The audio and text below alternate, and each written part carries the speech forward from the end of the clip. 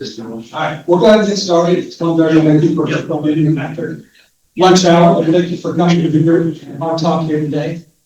We're talking about fluvial hazards, some of the projections for future climate, and affecting fluvial hazards and resilient transportation in time. Yellowstone. I'm Jack Dobmeier. I'm moderating this session, also speaking in it. Slide, please.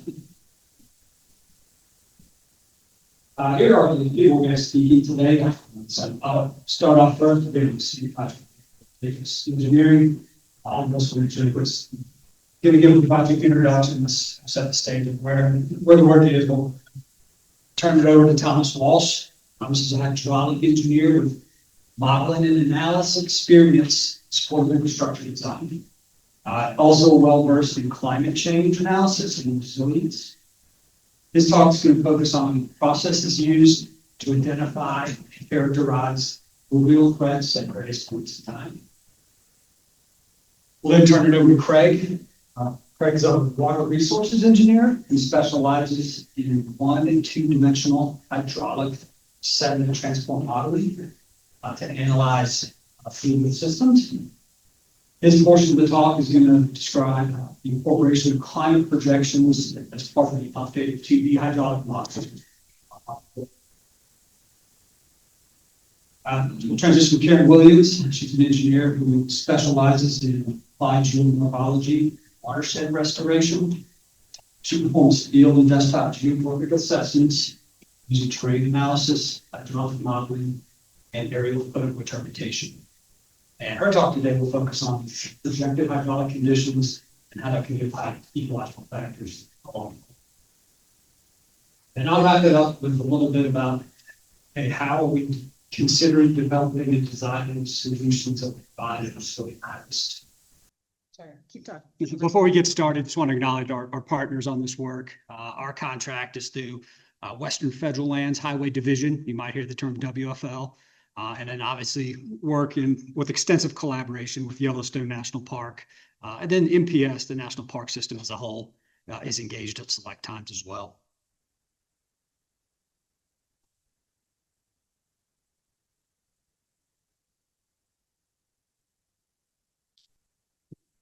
Well, the project we'll be talking about today is the Northeast Entrance Corridor. But first, I want to get you oriented a little bit. Yellowstone is the world's first national park, located primarily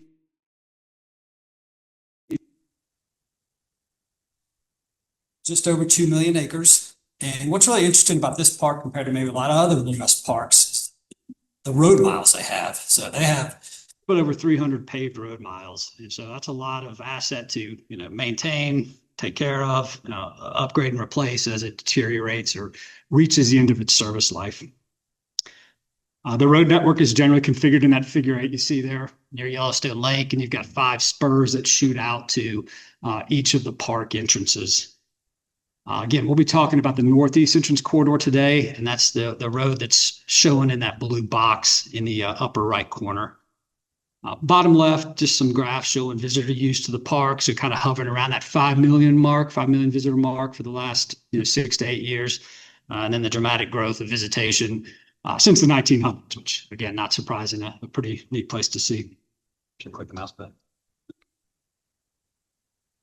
So a closer look at the corridor, about 30 miles in length. It runs from Tower Junction at the west to the park boundary out there at the east. It's part of the only road that is plowed and maintained through winter. And probably more importantly, it's the only vehicular access to Cook City and Silvergate in winter. So truly, a lifeline route. Noted a couple key features there just to anchor this as we go through the presentation. We've got Yellowstone River Bridge at the far west end, project under construction to build a new bridge.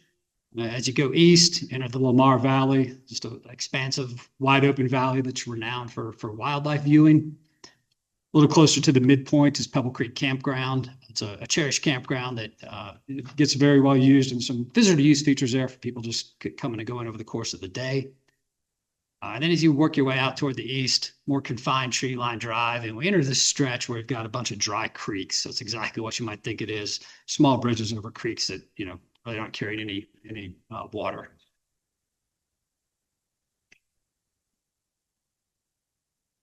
In June of 2022, there was historic flooding that occurred in this area, and it was a combination of a couple things. We had a really healthy late season snowpack, and then all of a sudden you had a fairly dramatic warming or rising in temperatures, almost kind of what's happening right here. It happened in Montana last week and happening in Denver today.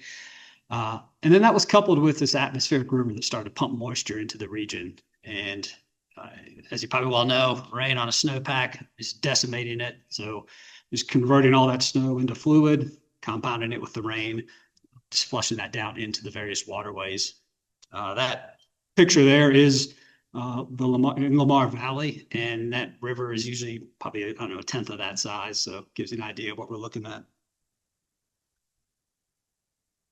This graph shows the precipitation that was recorded in the first 15 days of June for our corridor, probably in the 6 to 8 inch range there.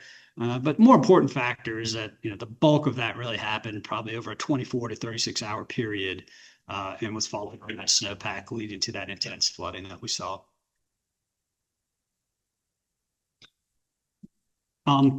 Overarching goal of this project is to build the park preferred typical roadway section, also improve visitor use features. We had always talked about resilience prior to the flood event, but that certainly got revisited after the June event, and really kind of came up with, hey, what do we want to achieve? What is a resilient system? And so on the right there, kind of a two-tiered goal system that we developed. If anybody's did work on the 2013 Colorado flood recovery, that might look similar. They're not the same, but a two-tiered system about regular access for more typical events and accommodating emergency access after extreme events.